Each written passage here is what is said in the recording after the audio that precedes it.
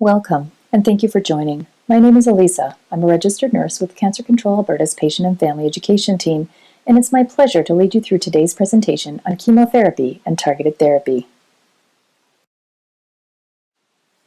Our presentation today is about 40 minutes long. Feel free to pause and take breaks as you need to. Our goal is to help you prepare for treatment and reduce any fears or stress you may have about starting. Today we'll go through several things to help you prepare for treatment. We'll start with important need-to-know information. We'll talk about what systemic treatment is, and more specifically, what chemotherapy and targeted therapy are. We'll also talk about how to prepare for appointments and treatments, different side effects and how you can manage them, other important things we want you to keep in mind, and we'll wrap up with what resources and supports are available for you. Let's start with some upfront things you need to know about, some safety information, resources that'll be important for you, and how you might be able to get care closer to home. In terms of safety information, we want to review how you can keep yourself and others safe from infection. People with cancer and those on cancer treatment can have weakened immune systems. This means their body is not able to fight off infections as they normally would. So to help protect yourself and others, it's important to practice good hand hygiene. This means using hand sanitizer when you enter and leave the cancer center and using it throughout your time there. Washing your hands with soap and water for a minimum of 20 seconds is important before and after eating, after going to the washroom, and whenever your hands are visibly dirty. We'd also like you to call before you come to the cancer center if you have a fever, a sore throat, a rash, or if you have a new or different cough. For those people who have a long-term cough, call us before coming if the cough has changed and if it's different than it was before. All of these things can be symptoms of an infection. We also ask that you call if you know you've been in the same space with someone who has an infectious illness. When you call, we'll work with you to decide on how best to proceed to keep you and others safe. We recognize that family and friends are very important supports when you're going through treatment. However, if your family or support person is sick, they cannot come to the cancer center.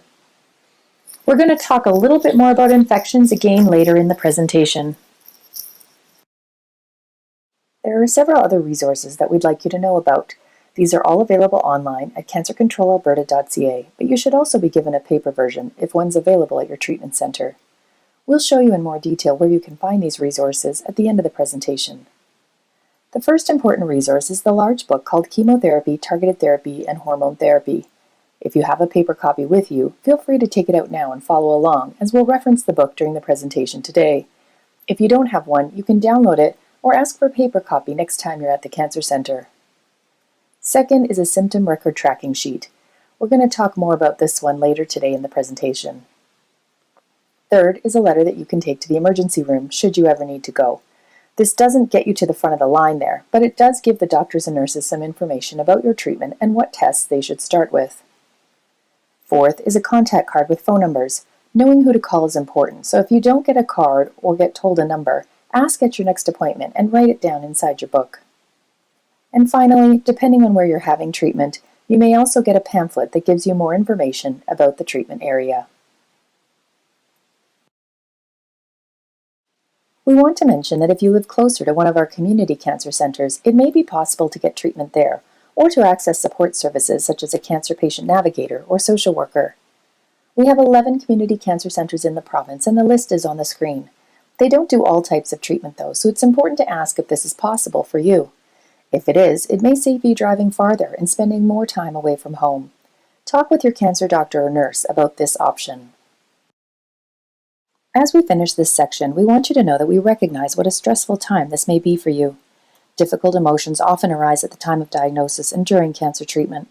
We have clinical psychologists, social workers, psychiatrists, and spiritual care providers who offer counseling to patients and family members to help reduce this emotional distress and explore coping strategies. There is no cost for these services, and you can find the contact information on the CancerControl Alberta website under Supportive Care and Living Well, or in your book in the Living Your Best section.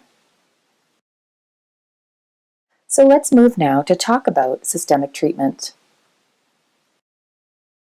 Systemic treatment uses medications or drugs that travel in the bloodstream to reach cancer cells and slow their growth or destroy them. There are 3 ways to get these treatments. One is by intravenous or IV, where you get a small tube in your arm. If you've had trouble in the past getting an IV started or having blood work done, tell your cancer care team. Another way is orally or by mouth. It's important to know that not all types of chemotherapy are available in this form. An oral medication can be either a pill or a liquid. If you have trouble swallowing medications, let your cancer care team know. Because cancer medications are toxic, they need to be handled carefully. If you do get an oral medication, review the safe handling information in your book, or ask your cancer care team how to handle them safely if you're not sure. The last way that you might get your treatment is by injection, either into a muscle or just under the skin. For the goals of systemic treatment, everyone's situation is different, so the goal of your treatment might be different as well. In general, the goals of systemic treatment can be to cure the cancer, to control the cancer, preventing it from growing or spreading to other parts of your body, or to manage symptoms to help you feel as well as possible. These goals can also change over time. It really just depends on what you need at that point in time. To help design the best treatment plan for you, your cancer care team will consider many things with you. They look at the type of cancer you have, where it is in your body, what stage it's at, if it's grown or spread to other parts of the body, the best evidence of what treatment works for your type of cancer, your age, your general health, if you have any other health conditions or medical problems, and if you've had cancer treatment before.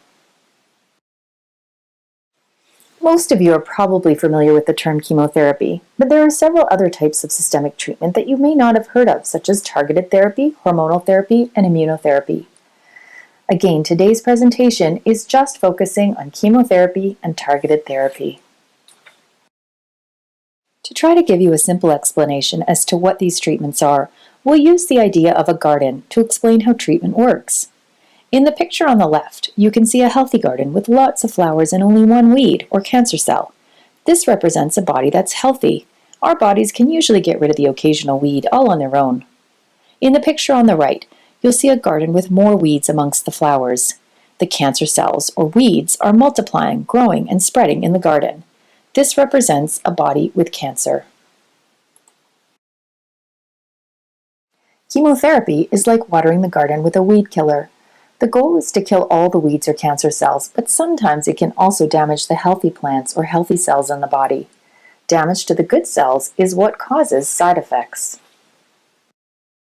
With targeted therapy, the weeds or cancer cells are sprayed directly or targeted with a weed killer that is specific for them.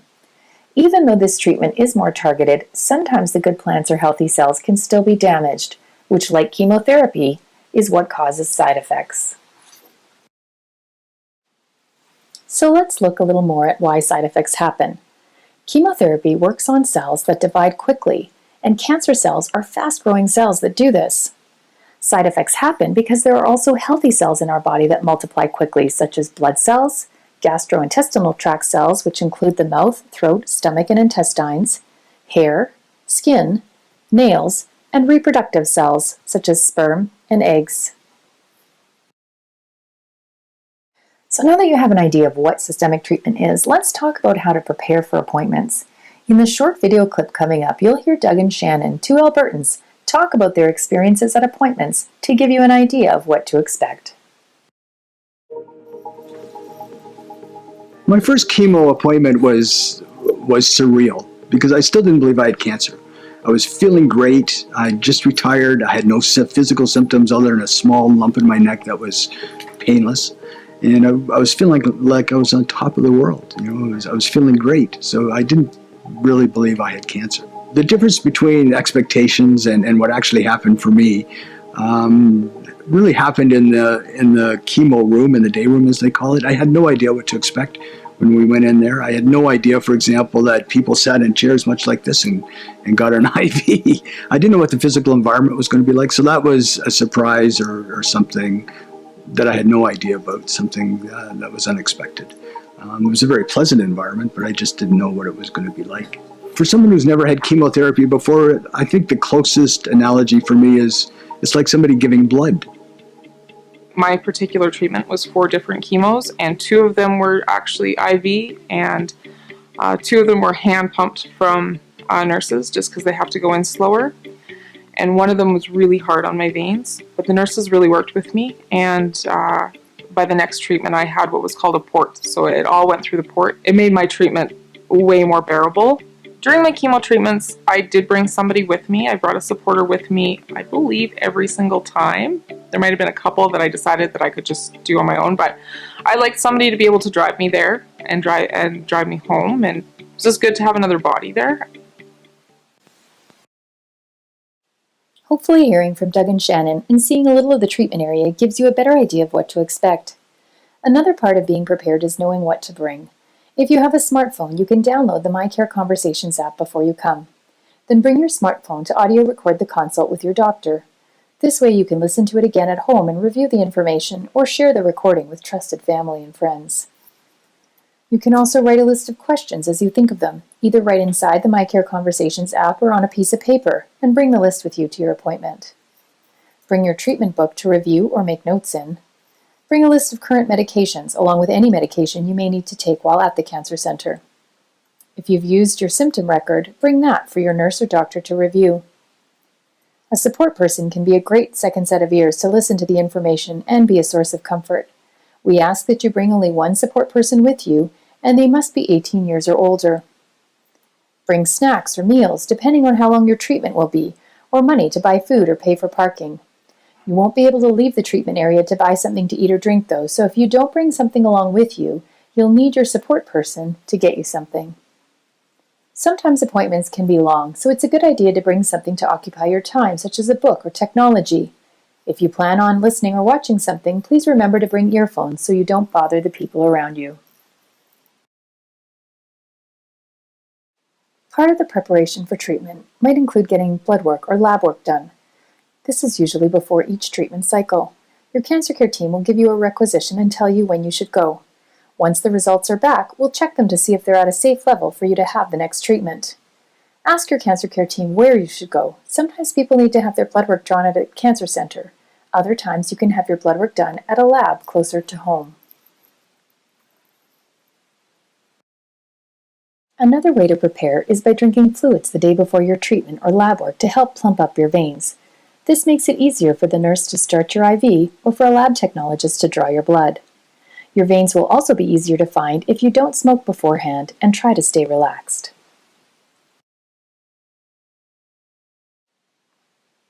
Often people are concerned about how they might feel while they're getting treatment and whether it will be painful, but usually there is no pain, other than maybe a needle prick at the start if you're getting an IV or an injection. But if you feel burning or notice redness or swelling in the area of your IV, let your nurse know right away. The same applies after your treatment when you go home, but in this case, if you feel pain or notice redness or swelling, phone the emergency number you were given by your cancer care team. Now we're going to be managed.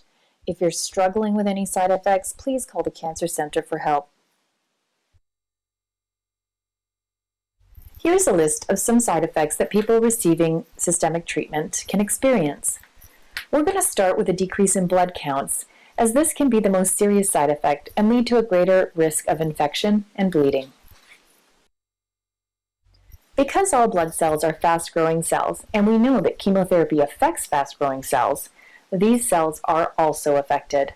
Blood cells are made in the bone marrow and are released into circulation. There are several different types of blood cells. In general, red blood cells, white blood cells, and platelets. You'll have lower blood cell numbers or counts while you're having chemotherapy or targeted therapy. Blood counts begin to decrease after treatment. Day 1 is the first day of your treatment. By day 7, your counts are lower and will stay low until about day 14 when they start to rise back up. By day 21, they should be back up to a safe enough level for treatment. If they don't go back up, your oncologist might need to delay your treatment until your counts are higher. This is based on a 3-week chemotherapy cycle, but it can change depending on the type of chemotherapy and what the cycle is like, and also on you as an individual, as everyone is different. Some blood counts improve faster, and some may take longer than expected. We'll work with you in managing your blood counts. Let's talk about white cells for a moment. There are several different types. An important kind that we monitor closely are your neutrophils. Neutrophils are like the soldiers in your body that help to fight infections. Chemotherapy can decrease your neutrophils, which makes your body less able to fight an infection. It means you have lowered immunity. Your cancer care team will monitor your neutrophil count before your treatments. Often, most infections come from a person's own body, but you're still more likely to catch things from others as well if your counts are low. It's a good idea to be careful to avoid people with colds, flus, and infections. So let's talk more about infections. First, you'll see the exclamation mark at the top of the screen, and you'll see this throughout the treatment book. It symbolizes emergency situations, so pay close attention to these. We just talked about the fact that people who have low white blood cell counts and low neutrophils are at a greater risk of getting an infection. Sometimes the only sign of an infection is fever. When you're not feeling well, or feel too hot, too cold, or have chills, check your temperature. An infection can be dangerous and needs to have quick medical attention when you're on systemic treatment. If you have a temperature of 38.3 degrees Celsius or higher, call the contact numbers you were given. If you can't get through, or it's after hours, go to the nearest emergency room and bring your emergency triage letter that we talked about at the start of the presentation. If you have a temperature between 38.0 and 38.2 degrees Celsius, take your temperature again in 1 hour. If it's still in that range, or higher, again call the contact numbers you were given. If you can't get through, or it's after hours, go to the emergency room and bring your triage letter. If you use Tylenol for pain, take your temperature before every dose. Don't use Advil unless your cancer care team approves this. Taking these medications regularly for pain can mask or hide the signs of a fever. If you have pain, talk to your healthcare team to see if there's another medication that would work better to control it. Your book has a list of medications that contain acetaminophen or Tylenol, and ibuprofen or Advil, but it doesn't have all the medications listed. Even some of the over-the-counter cold medications like NyQuil can contain these products, so check with your pharmacist first. It's important to have a thermometer at home. Digital thermometers are the easiest to use and most accurate. Cleaning your hands is the best thing you can do to prevent infection. Your book has instructions on the best way to clean your hands depending on the situation. In general, use hand sanitizers that have an alcohol content of at least 60 to 95%. If you're using soap, use a pump dispenser as bacteria can live on a bar of soap for up to a week. Continue to socialize with family and friends unless you've been told otherwise. Don't stay within close distance of someone you know is sick, since your immunity will be down and you'll be more susceptible to infection. Use wipes for disinfecting commonly touched surfaces such as light switches and remote controls in your home. In public, use wipes for grocery cart handles, use your knuckle to press an elevator button or bank machine button, and don't touch your face until after you've cleaned your hands.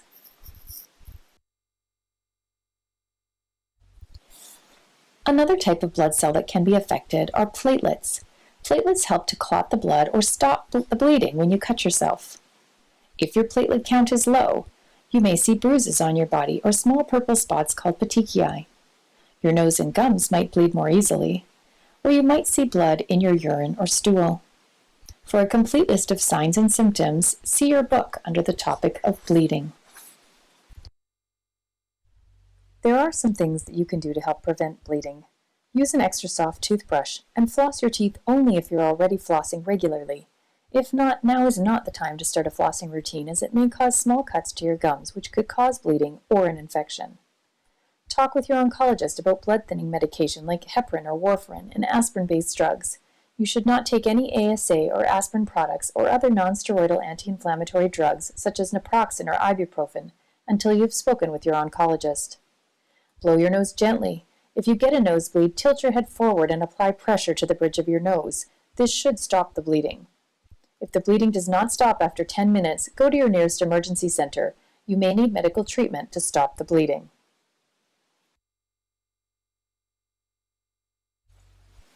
We just reviewed some of the more serious side effects that apply to almost everyone on chemotherapy and targeted therapy.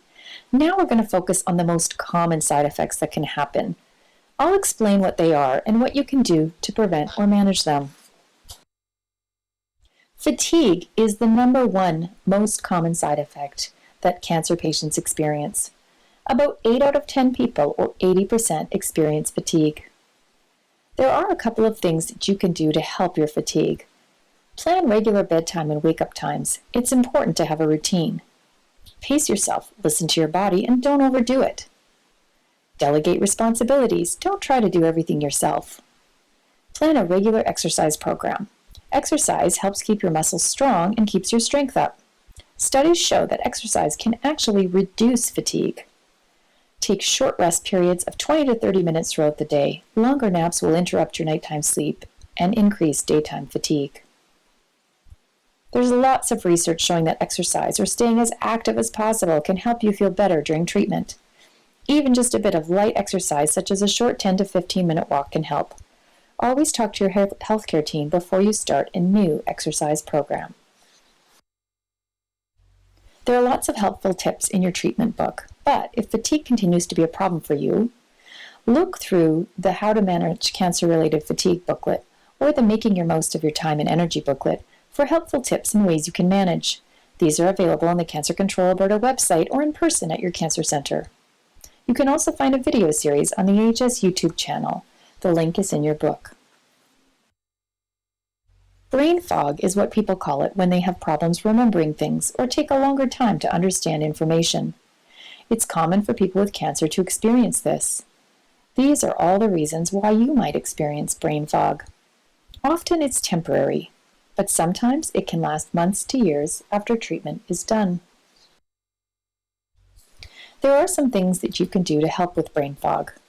Make lists or use a day planner. Writing things down can help. Take a friend or relative to appointments so you have a second set of ears. Set timers to remember things. Focus on only one thing at a time, and say things out loud to help you remember them better. Sexual health affects everyone. For some people, it's an important part of their personal identity. Cancer and the treatments may change your levels of sexuality and the intimacy you have with your partner in different ways. Some examples of normal changes for women include low sexual desire, fatigue, vaginal dryness, body image issues, or early menopause. Some examples of normal changes for men include low sexual desire, fatigue, erectile dysfunction, or body image issues. Try to maintain some intimacy just by talking or holding hands and trying to keep closeness with your partner. There are also booklets available. These are online or in print at your cancer center. We also encourage you to talk about sexuality and intimacy with your partner and your cancer care team. I'll play a brief video clip next. Listen to the advice that one of our clinical psychologists, Dr. Noel, gives. When you're going through cancer treatment, oftentimes the last thing that you feel like doing, the last thing that's on your mind, is keeping up that sexual intimacy with your partner, with yourself. You're feeling not very good. And so what we often recommend is, first of all, keeping that communication open with your partner, talking about it, how you're feeling, how they're doing, and thinking about other ways that you can keep the closeness going, even if the libido is lower, the desire is lower, you're not feeling very good. There's other creative ways that you can get close with your partner, holding hands, cuddling, and even just the talking to create that emotional closeness can be really helpful.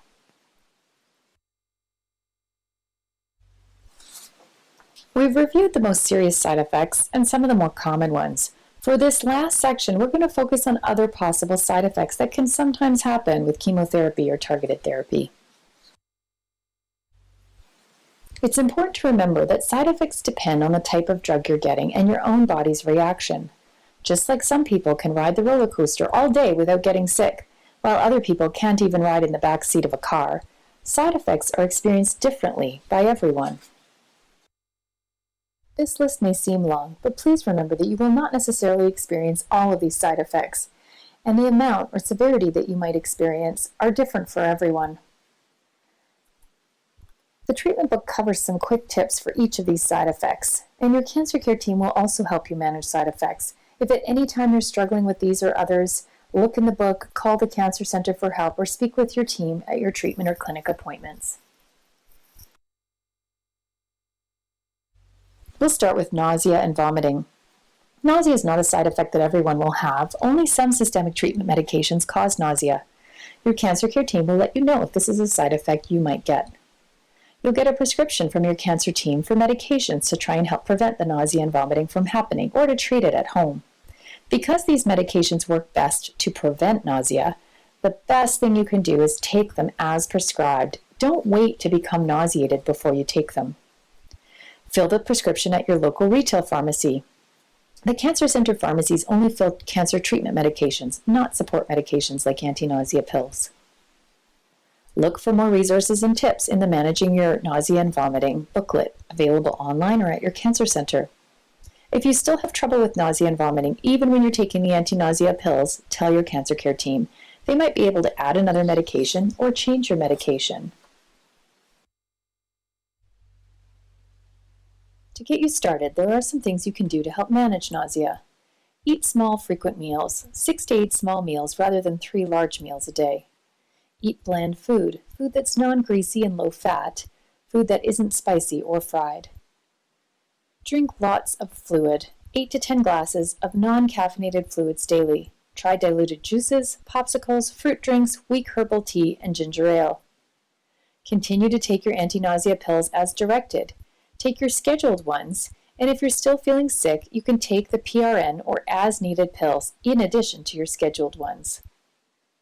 If the nausea or vomiting lasts longer than 24 hours, even though you're taking your anti-nausea medications, or if you have side effects from the anti-nausea drugs, call the contact numbers your healthcare team gave you. Next, you'll see a short video clip of one of our dietitians talking about what's important during treatment and offering some tips. If you feel like you could use help and would like to see a dietitian, ask your cancer care team for a referral at your next appointment.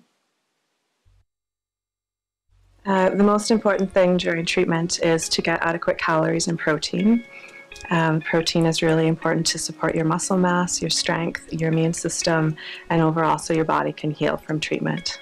During systemic treatment, it's very important to keep your body very well hydrated. You need water to help digest all the foods that you're eating and help to move the foods through your bowels. Hydration also helps to support your appetite. Hydration helps you sleep.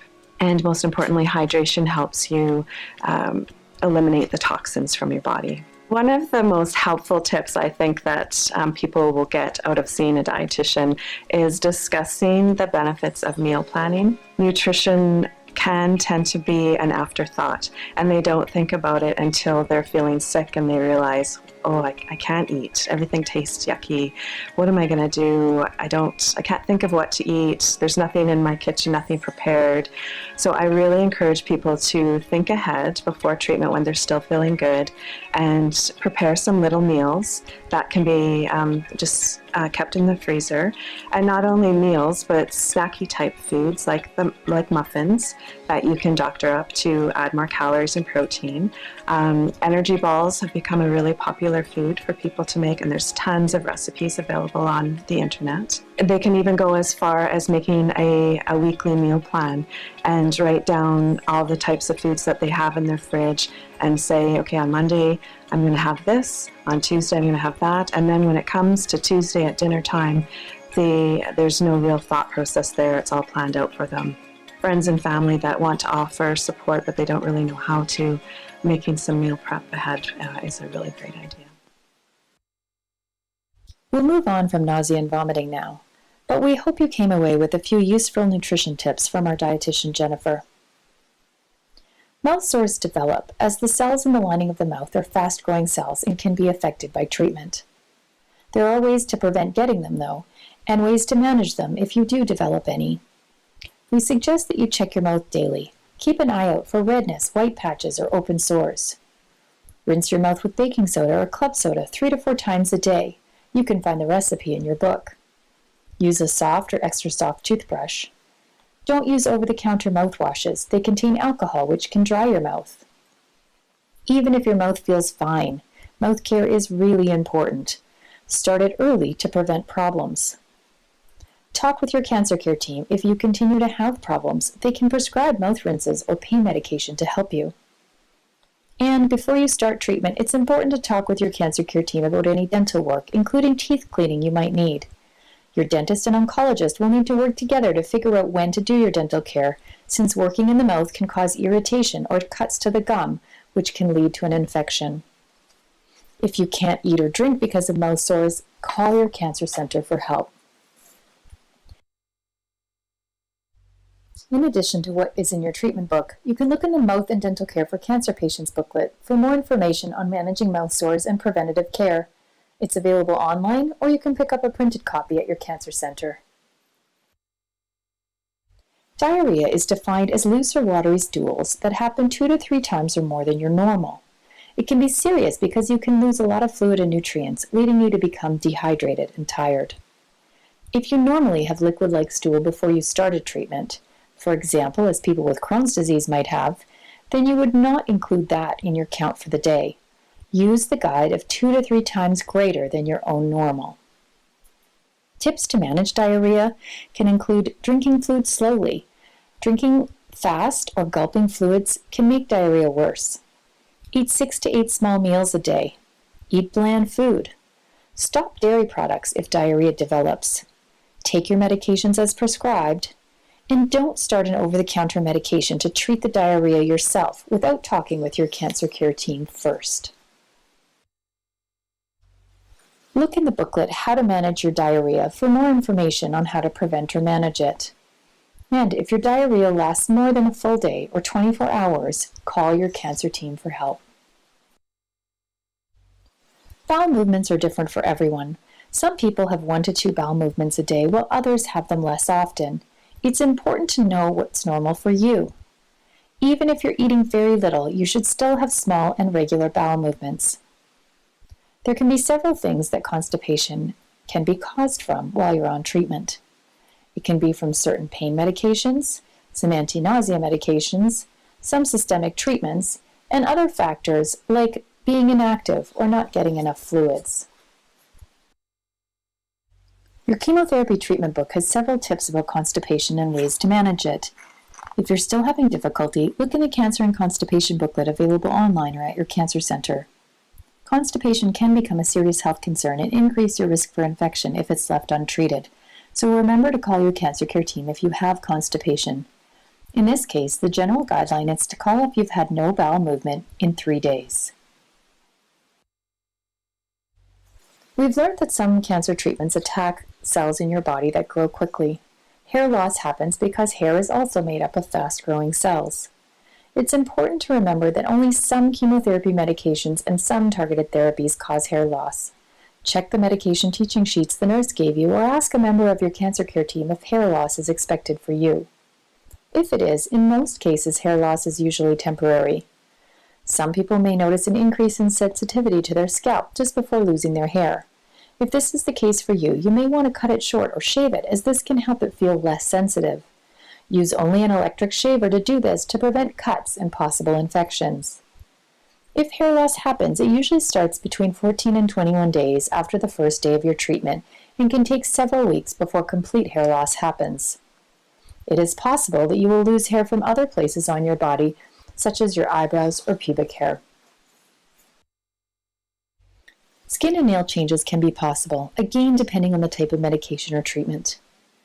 Symptoms you may see include a rash, dry, itchy, red, or cracked skin, a sensitivity to sunlight. It's really important to wear sunscreen and cover up exposed skin. We recommend a sunscreen with SPF 50 or higher. Nails can also change in color and texture. Keep your nails short and clean, being careful not to trim them too close, as you may cut yourself. Just like the skin, it's important to keep your nails moisturized as well. If you're not sure what to use, there's a list of creams that are gentle in your treatment book. Other tips can be found for skin and nail changes in your book as well. Hand and foot syndrome can be a common side effect, especially with some targeted therapies. Again, look in your treatment book for an explanation and the signs and symptoms of this. And remember, if you notice any changes that are different from your normal, you need to let your cancer team know so they can help you manage the symptoms and recover quicker. There are many nerves in the body, and sometimes cancer treatments can affect the smaller nerves in your hands, feet, ears, or other parts of your body. This is called peripheral neuropathy. Symptoms can include a tingling sensation in your fingers, toes, hands, or feet, or a feeling of numbness or less sensation. This can mean that you may not feel hot or cold temperatures or have trouble picking up small objects and doing up the buttons on your clothes. Nerve changes can cause you to have a ringing in your ears. Please let us know right away if this happens. If you're experiencing these things, it's important to be careful when handling sharp, hot, or cold objects, and to move slowly and carefully using the handrails on stairs or steps. These symptoms can be temporary or may become permanent over time. Please let us know at your clinic visit if you're experiencing any of these symptoms. Cancer and cancer treatment can sometimes damage the reproductive organs such as the ovaries and testicles. These changes can have short or long-term effects on your fertility, so it's really important to talk with your cancer care team first before you start treatment. There's some information in your treatment book, but for more information, look in the booklet Fertility and You, available online or at your cancer center. We're going to review a few other things that are important for you to know during treatment now. In this short section, we'll talk about handling bodily fluids, immunizations, drug costs, and quitting smoking. It takes time for most systemic treatments to leave the body. Systemic treatments leave through fluids and waste like urine, stool, or vomit. When people or pets come into contact with the affected waste or fluids, they could also be affected. Your healthcare provider will let you know how long you need to practice these safety precautions after you've had your treatment. It is safe to use the same toilet as other people, but remember to flush the toilet twice with the lid down.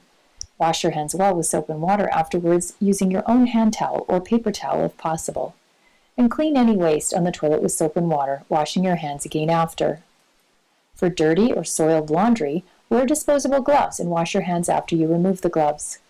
Wash the clothes separately from other clothes and linens and wash them for 2 cycles before you wear or use them again. When you clean up body fluids, wear disposable gloves.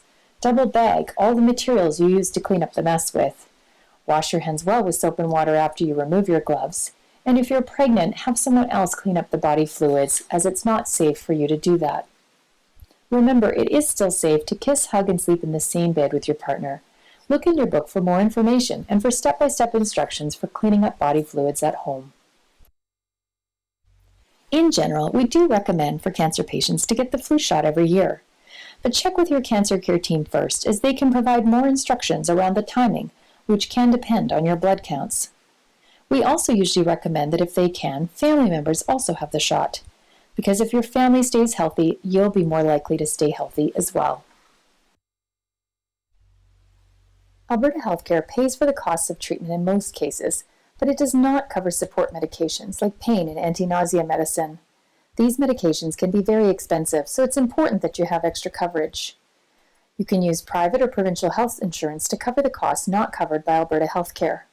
You may already have third-party coverage through work, a spouse, or private insurance company.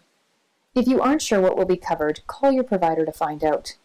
If you have no drug coverage, we encourage you to apply for Alberta Blue Cross as soon as possible.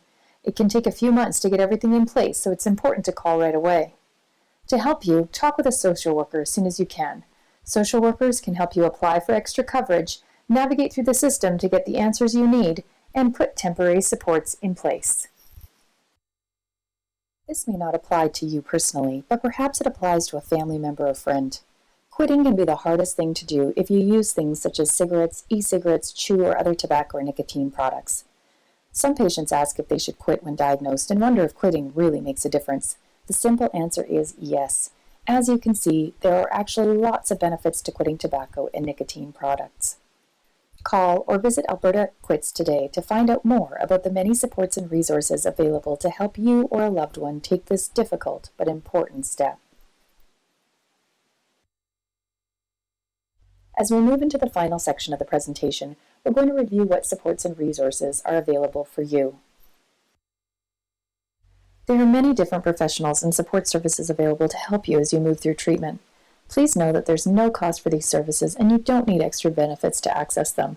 They're provided by CancerControl Alberta. Look in the Newly Diagnosed with Cancer book to learn all about the different members of your cancer care team, find out how to get in touch, and learn how to manage your general cancer care and well-being. Most of our information, resources, and links are available online at cancercontrolalberta.ca. The In Treatment section might be the most applicable as you move through treatment, but we encourage you to browse the whole site as there is lots of great information and resources in all of the sections. The newly diagnosed book we just talked about is available in the Just Diagnosed section of the website. As we're close to wrapping up today, we want to remind you of when you should go to an emergency room. The symptom tracker can help you keep track of your symptoms, direct you to information, and help you decide if you need to call or seek medical attention. Your treatment book will also give you guidance on how to manage yourself and when to call. Please take the time to look through it, especially if you're experiencing a symptom or side effect. We've come to the end of our presentation on chemotherapy and targeted therapy. Thank you so much for participating today. We encourage you to ask questions and take an active role in your cancer care. And remember, we're always here to help.